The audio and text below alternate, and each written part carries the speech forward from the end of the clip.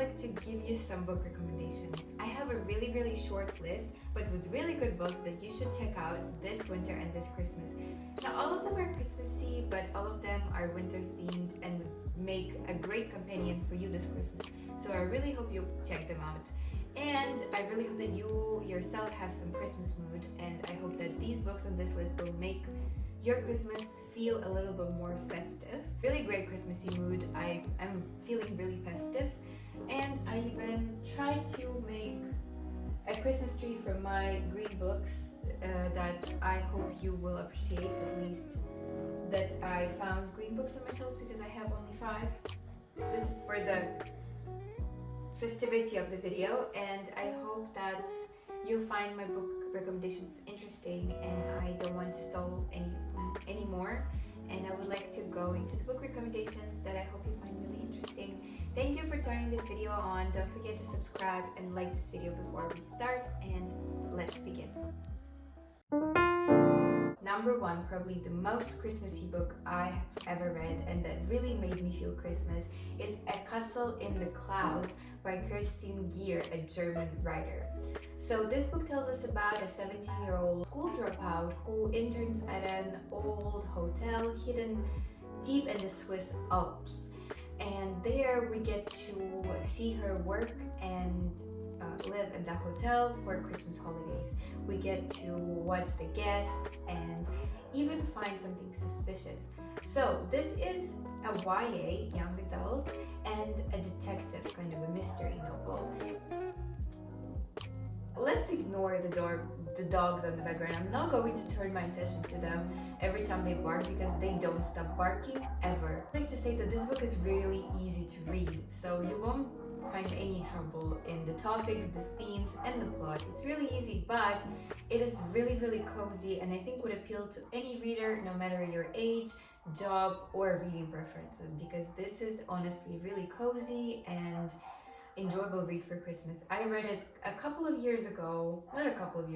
pretty long ago. Still have these really warm feelings for this novel.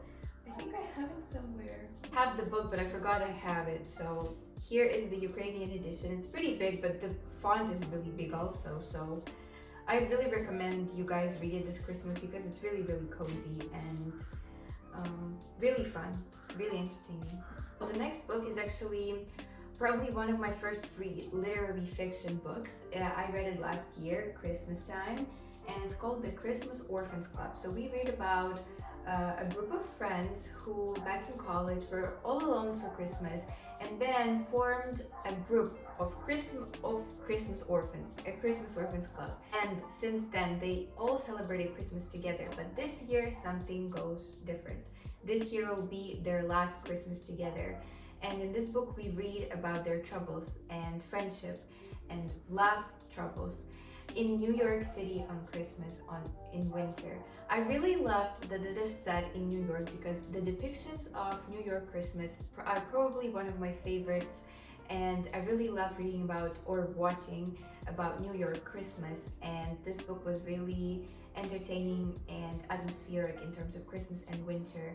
We got the Rockefeller Center Christmas tree and the ice rink there. We got all of the different adventures that our club was into that Christmas.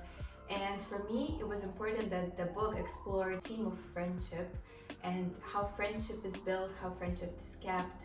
And I really loved that friendship was one of the central aspects of this novel because it's one of my favorite things to read about and think about. Third book that I wanted to recommend would be The Holiday Swap, which is actually also my book club pick this month, which you can also join. We're gonna meet in the end of January, so you have a lot of time to read.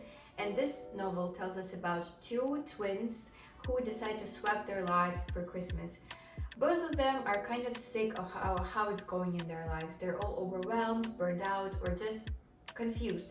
So they decide to swap their lives. One is a celebrity chef in LA, and the other lives with her parents and watches over their bakery at home in a small town. And now their lives change and they move to different states and spend Christmas in different cities and as different people. So here it was really interesting to read about how the whole swap will turn out, and also I really loved the pastry aspect, how much they eat and bake, and the bread and all of the holiday uh, delicious things. I really love pastries myself, and when I read about it, it was really, really fun and tasty. Also, the theme of sisterhood. I enjoyed that sisterhood. I love reading about people's relationship. I love that even though there were two twins and two romantic lines depicted here, there were also the most important theme was sisterhood, and we explored the sisterhood and their personal troubles too. It wasn't an outright romance book. Also, it was really interesting to see such different people with different lives swept their lives, and of course both come out with really new outcomes for their lives. And it wouldn't be an exaggeration if you call this book delicious and sweet. So if you like pastries and something sweet, you should probably take a look on this book and try reading it also. Next book on my list is Murder on the Orient Express, which is probably one of the most famous books by Agatha Christie and probably one of my favorites. I loved this book. It's not Christmas themed, it's just set in winter and in a snowed in train that can move further, and in that train at that time happens a murder, a perfectly planned one, but there are two little things that don't let this murder be perfect. One is that a genius private investigator, Hercule Poirot, is on that train, and the second one is that with the detective, they get stuck in the middle of nowhere in a train with a dead body and a mystery. I really love the plot twist. So I really hope that if you want to read this book, you do not know the outcome and that you did not watch the movie. Even though I like the movie is really cool and it doesn't miss anything from the book, and it really does give the book justice. But the book is a lot better, of course, and you should definitely read it this winter. It is a perfect book for cold winter evenings with a cup of warm tea and hopefully snow outside, because I honestly do not know anybody who has snow at their place. So if you do, you're lucky. Last one has nothing to do with winter or Christmas. It is one of my favorite books called Lovely War. And I'm recommending this book first of all because I read it in winter, and second of all because it's so sad that if you read it in winter, it will just add on to the atmosphere and the whole winter depression. I know that it's a bad way to introduce a book, but if we talk deeply about it, it's a historical fiction novel about four lives that cross paths in World War I. About four young people whose lives intertwine when World War I breaks out. And I just love this novel for its lyrical writing style. You won't imagine how much I love lyrical writing, and in this novel the writing it read like a poem. It was so pretty, it was so flowery. I loved it. I applaud the author and also the translator, because I read this book in Ukrainian translation, and how the prose just speaks so much for the characters and for the story, and I just enjoyed it so much. But I also cried my eyes out half of the book. It's really heavy to read, and as someone who's experienced war myself, I can say that it hits really hard. But it's definitely worth the tears. You should definitely try it out. If you know basic world history, you're probably going to be able to predict most of the things that happened there. But it doesn't take away from the story, even the fact that it's not historically heavy or heavy in terms of historical awareness.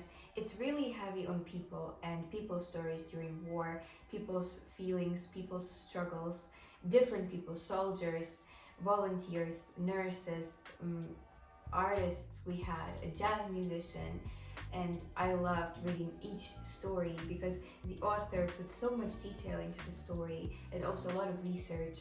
And even though I said it's not historically heavy, it depicts different fates in war and shows us the realities of that time. So Lovely War was the last book on my list this time, but I'm going to try to expand it next year, and maybe I'll read some more good books and you'll hear about them in my reading wrap-ups a little bit later. So not to subscribe, not to miss them.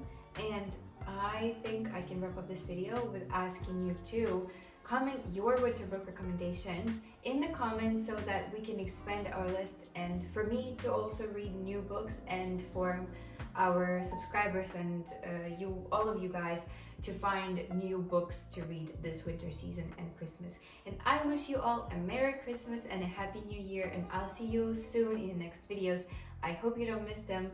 Don't forget to like and subscribe, and bye. Love you guys.